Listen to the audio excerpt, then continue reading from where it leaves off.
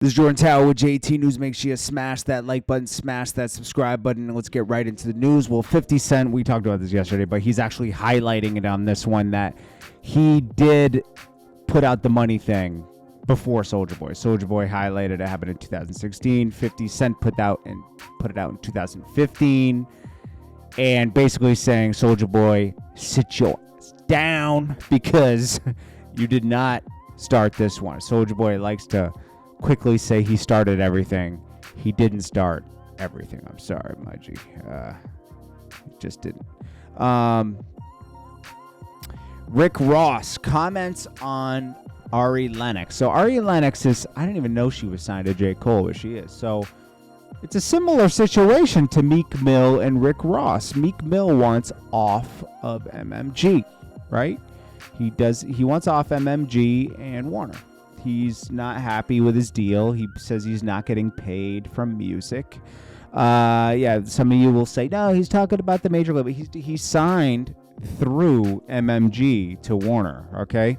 Which means they handle his business, okay? Like, it says MMG on his checks as well, okay? So he is dissing Rick Ross when he says that. It is embarrassing. And when Ari Lennox says she wants off the label because she's done with all the games and everything, it's coming at J. Cole's business. You know, like he might not run it directly. He might have people running his label for him and he comes in and does certain things.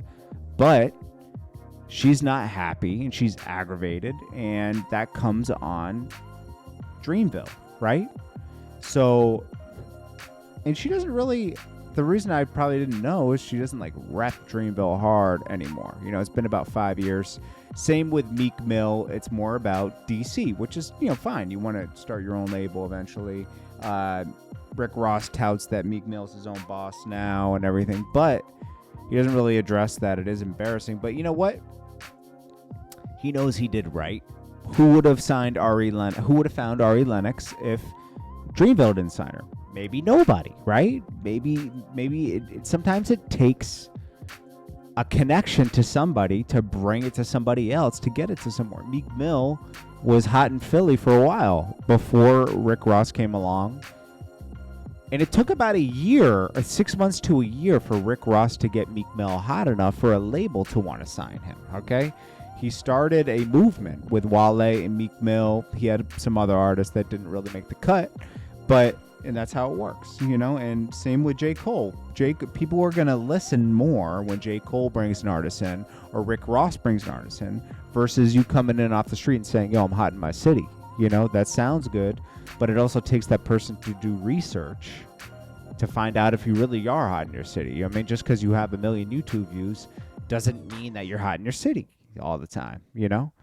So they got to do research, and sometimes they don't do the research and they pass up on an opportunity, you know. So Meek Mill, it's funny that Rick Ross comments on it and says she needs a wing stop when it's like, dude, you're going through the same stuff with your own artists, you know. Like, give some good perspective on this, but you're not, you know. So it is what it is. But anyways, this is Jordan Tower with JT News. Make sure you smash that like button, smash that subscribe button. I'll check you guys in the next one. I hope you guys are having a great day today.